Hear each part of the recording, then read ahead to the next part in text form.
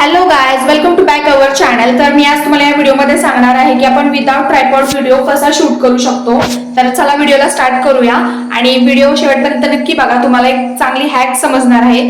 तर मी एक माझ्या घरातल्या दरवाजासमोरचा एक एरिया सिलेक्ट करते, त्याच्यानंतर मी माझ्याकडे ग्रीन मॅट आहे ते अंथरून घेते। त्याच्यानंतर मी ट्रायपॉडसाठी म्हणजे व्हिडिओ शूट करायसाठी एक अशा प्रकारचा एक डब्बा घेते। त्याच्यानंतर जो टेप असतो तो मी घेते आणि त्याच्यानंतर मी एक रिमोट सुद्धा घेते।